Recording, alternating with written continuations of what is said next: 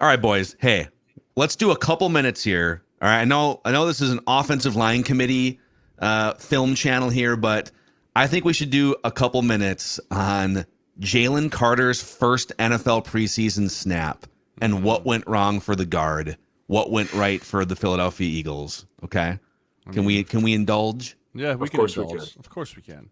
It's a Okay. good thing he wasn't racing his car, but it's a good thing. I Right. know. Poor guy just falls to ninth in the draft. So Oh, 6'3", 313 pounds, out of Georgia, viewed by many as the best player in the draft. Just like if you were just ranking players, right? And he falls to 9. He gets his first action in an Eagles preseason game here.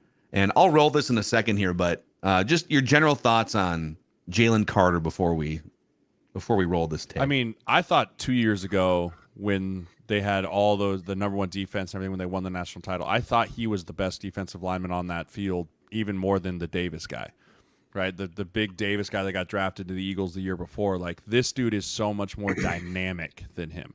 Not only is he a brute and super strong in the run game, but he's got so much wiggle in the pass rush game, right? Like, he can run through. Like, he reminds me, and I know this is going to be a bold comparison, like, I see a lot of Sue in how he plays the game.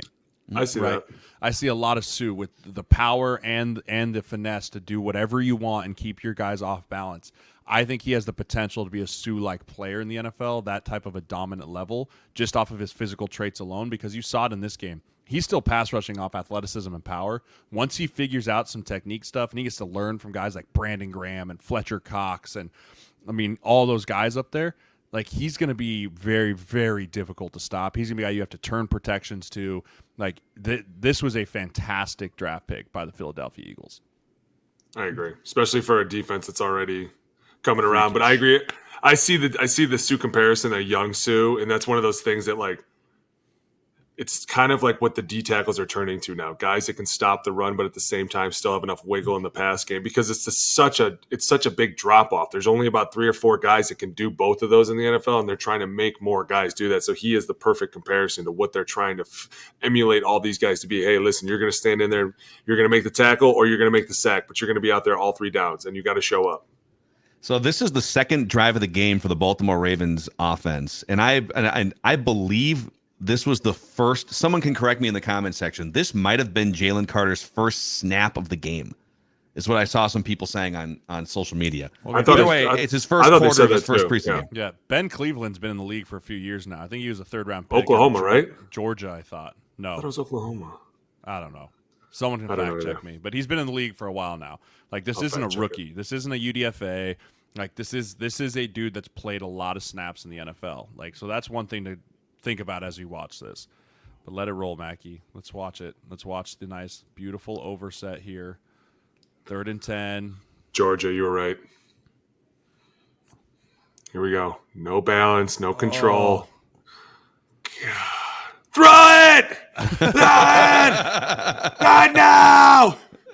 Jeez. By the way, this throw was just, I don't know what he was thinking. It was like an overhand huck, not good, but Try not yes. to take a sack.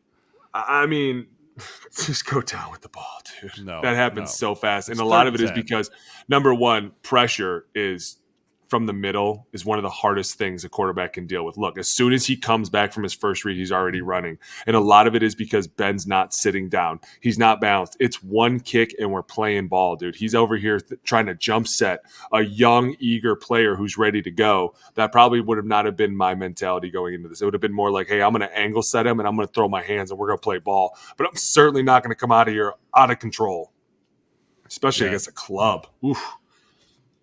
But this is the magic of what the Eagles defense can do.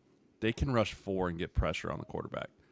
They don't have to blitz. And now you talk about the edge rushers that they've had for years, and now you input this guy in the middle too, and then you put Jordan Davis over there to say, hey, just push the center back as hard as you can, like, and just collapse the pocket. And then, I mean, this is a beautiful move, but the quickness here of not just the club, but his ability to get back vertical.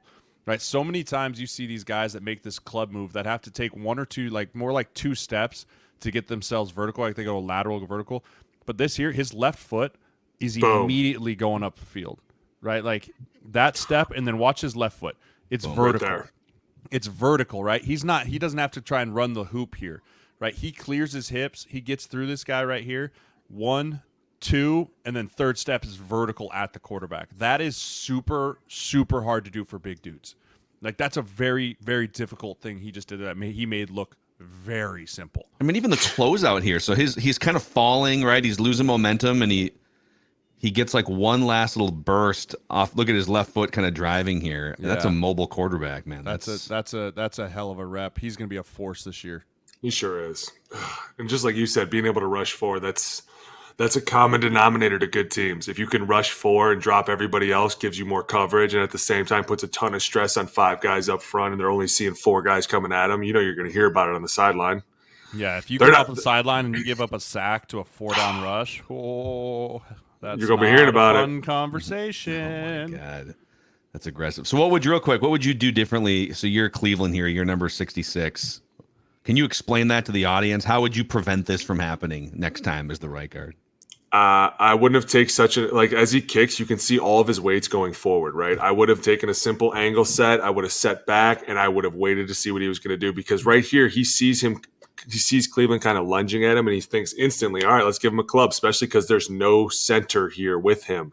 Yep. So there's nothing inside protecting him. You have to be careful when you're the guard going away. Nobody is there to save you anymore. Anything in that huge, massive gap that keeps opening now becomes your problem. And that's why this is so hard. He's not even that wide. And look at all that room he has to work with.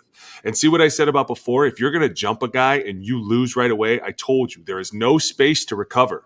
You have taken the entire space out of the rep and said, I'm going to dominate you this entire time.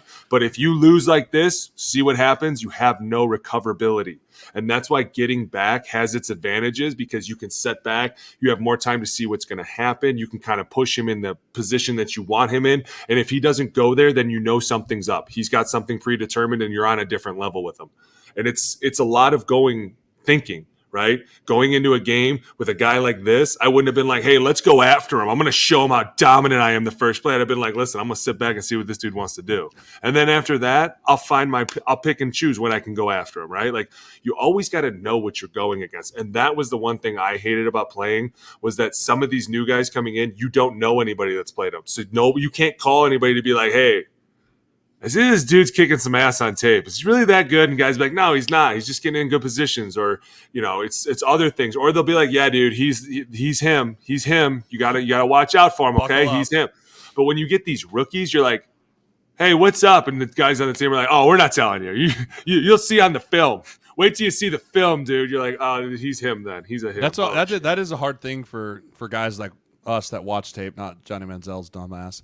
Like, you get to, like, when you can't study an opponent, it's really hard. It's really hard because you're just kind of guessing, right? And that's not something as an offensive lineman you ever want to find yourself in, is a guessing game, right? Like, what's he going to do? What's his move? So when you're playing these rookies, or when you're playing preseason in general, and, like, you're not doing a bunch of film prep, you're not doing a bunch of game planning, like, it's like, oh, just go out there, we're going to run our stuff. It's like, that's great. But I would really like to have a plan of who I'm going against. And they're rotating guys in. Like, preseason is harder than people think for the veterans, because you completely get out of what your normal rhythm of a game week is.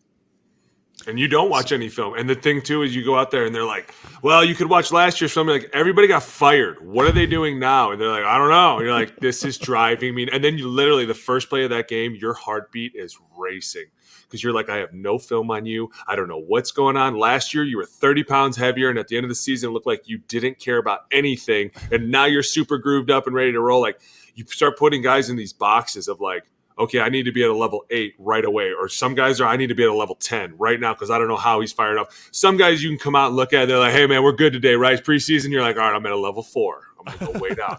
Yeah, bro, we at that level this time. But then you get the guys that are out there like, bro, I'm just excited to hit somebody, not my team. And you're like, okay, going to a 12, taking it up. And you're like, I know, I can tell where you are. But that's a lot of the game within the game, the chess match, right? Like, I got to meet them at their intensity, because if I don't, the first play of the game, my God, it's going to be a lot. Even if it's just one series, it could ruin my whole year, right? Like, you start the year off on a wrong foot. I'm going to start crying, hyperventilating. Oh my God, that gives me anxiety just thinking about it. So I guess if you're, for the rest of the preseason, if you are an offensive guard, just know that Jalen Carter's intensity, you're going to have to go like a 10 or a 12 to meet that guy. So Enjoy it. Eagles fans, have fun with your revamped defense. It looks like things are going to go pretty well for you. Please click the like button and the subscribe button on the O-Line Committee YouTube channel, and we'll see you for another film review soon here. Jeremiah, Alex, and Phil.